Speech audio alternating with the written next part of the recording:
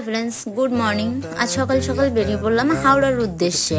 এদিকে ঘড়ির কাঁটায় ঠিক রাত 3টে বাজে। আমরা এদিকে হাওড়া স্টেশনে পৌঁছেও গেছি আর এদিকে বন্দে ভারতও চলে এসছে।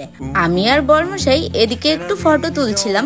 তোমরা আমাকে দেখে বুঝতেই পারছো যে আমার শরীরটা খুব একটা ভালো ছিল না। জানি না কার নজর লেগে গেছিল। আমি কোথাও ঘুরতে যাব বা বেশ কিছুদিন ধরে ভালো আছি। হ্যাঁ, খুব বেশি দিন ভালো থাকতে পারি না, ওই যে বললাম নজর লেগে যায়। আমার আজ রাতে 103 জ্বর ছিল। জ্বর নিয়েই চললাম ঘুরতে। নজর লাগে লাগুক, আমার ঘোরা বন্ধ নেই। এবার আমরা ট্রেনে উঠে পড়লাম। এদিকে দেখছো মা বসে আছে, তারপর আমরাও বসে পড়লাম, যেহেতু শরীরটা খুব একটা ভালো লাগছিল না। এদিকে বর্মশাইও বসে পড়লো আর আমিও বসে পড়লাম। এবার আমাদের ট্রেনটা ছেড়ে দিল ঠিক 5:55 হাওড়া থেকে। এরপর আমাদের সকালের ব্রেকফাস্টের টাইম হয়ে গেছিল। ব্রেকফাস্ট চলে এসছে। ব্রেকফাস্টে ছিল ডিম অমলেট, আলু, গাজর, মটরশুঁটি। এইগুলো সিদ্ধ ছিল, কোনোই তেলের ছোঁয়া ছিল না। এদিকে ব্রেড ছিল, মাখন ছিল, একটা বিস্কিট ছিল, একটা ফ্রুটি ছিল। ফ্রুটিটা গরম ছিল, একদমই ঠান্ডা ছিল না। আর একটা টমেটো সসের পাতা ছিল আর একটা জ্যামের পাতা ছিল। এই ছিল বন্দে ভারতের ব্রেকফাস্ট। চলো খেয়ে নি, খাবারটা কেমন ছিল তারপর বলছি। তারপর আমাদের খাওয়া কমপ্লিট হয়ে গেছে। যে মটরশুঁটি, গাজর, আলু দেখেছিলে সেগুলো সবই সিদ্ধ করা ছিল। তো খাবারটা মোটামুটি ছিল, খুব একটা ভালো ছিল না। আবারও চললাম আমাদের গন্তব্য স্থানে।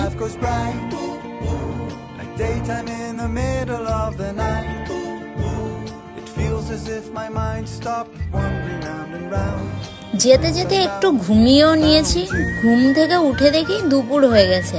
তো দুপুরের খাবারও চলে এসেছিল আমাদের। তো খাবারে কি কি ছিল সেটা দেখাই চলো। খাবারে ছিল ডাল, ভাত, মাংস, আর ওদিকে ছিল আলু পটল ভাজা, একটা আমের চাটনি আর মিষ্টি দই। তো চলো খাবারটা খেয়ে দেখি কেমন টেস্ট, তারপর বলছি খাবারটার স্বাদটা কেমন ছিল।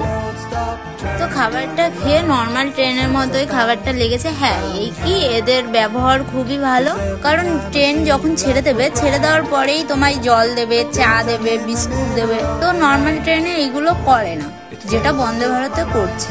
কিন্তু খাবারটা নর্মাল ট্রেনের মতোই ছিল। খাবারটা খুব যে টেস্টি ছিল সেটা না। এবার আমরা পৌঁছে গেছি আমাদের গন্তব্য স্টেশনে, নিউ জলপাইগুড়ি স্টেশন। হয়তো তোমরা বুঝতেই পেরে গেছো আমরা কোথায় যাচ্ছি। তো আমরা নেমে পড়েছি নিউ জলপাইগুড়ি স্টেশনে। আমাদের গাড়ি আগে থেকে বুক করা ছিল, যেহেতু আমাদের ট্রেনের সিট ছিল অনেক পেছনের দিকে। তো আমাদের ওখান থেকে অনেকটা হাঁটতে হয়েছে, যেখানে আমাদের গাড়ি পার্কিং এ ছিল সেইখানে আমাদের হেঁটে যেতে হয়েছে। তো দেখতে পাচ্ছ আমরা এখানে হাঁটছিলাম, অনেকটাই ভিড় ছিল। স্টেশন থেকে বেরিয়ে উঠে পড়লাম আমাদের গাড়িতে, যে গাড়ি বুক করা ছিল। যে আমি এখানে মাফলার, টুপি সব পেঁচিয়ে নিয়েছি। মনোরম দৃশ্য দেখতে দেখতে এগিয়ে চললাম কুইন্স অফ হিলস এর দিকে।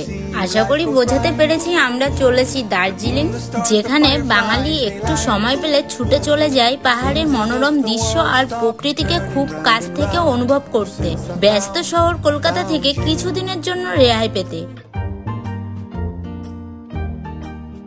মনোরম দৃশ্য দেখতে দেখতে এগিয়ে চললাম আমাদের রুমের দিকে।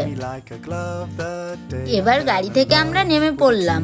গাড়িটা আমাদের মেল রোডের কাছেই নামিয়ে দিল, যেহেতু কোনো গাড়ি ঢোকা নিষেধ। আর আমাদের রিসর্টটা ছিল মেল রোডের পাশেই, তাই একটু পথ আমাদের হাঁটতে হয়েছে রিসর্টে পৌঁছানোর জন্য। যদিও বা রিসর্টের স্টাফ আমাদের নিতে এসেছিল, তাই আমাদের পৌঁছাতে কোনো অসুবিধা হয়নি। So what's another dream or two? 'Cause every time I see you life goes bright. The moon, the stars, the fireflies, they light. তো পৌঁছে গেলাম আমাদের রিসর্টের সামনে। আর এদিকে তোমাদের দাদা ভাই দাঁড়িয়ে আছে। রিসেপশনের স্টাফ গুলো দাঁড়িয়ে ছিল, এক এক করে আমরা চলে গেলাম রিসেপশনের দিকে। দিকে আমাদের রিসেপশনের স্টাফ গুলো ওয়েলকাম করে নিল। ওয়েলকাম জানিয়ে ওপাশে সোফা ছিল, ওখানে আমাদের বসার জন্য অনুরোধ করলো। তো আমরা ওখানে বসে পড়লাম।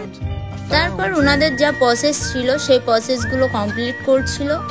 তারপর এদিকে দেখতে পাচ্ছ দাদা ভাইটা লাগেজ নিয়ে যাচ্ছে। আর এদিকে আমাদের ওয়েলকাম ড্রিঙ্কস দেওয়া হয়েছিল, যেটা ছিল দারুণ রিফ্রেশিং, কারণ এতটা পর জার্নি করার পর এটাই দরকার ছিল। তোমরা সবাই আমার শর্ট ভিডিওতে দেখেছো আমরা আরো সুন্দর সুন্দর জায়গা ঘুরেছি, যেগুলো আসতে চলছে পরবর্তী ব্লগে। ততক্ষণে ভালো থাকুন, সুস্থ থাকুন আর সাবধানে থাকুন। টাটা।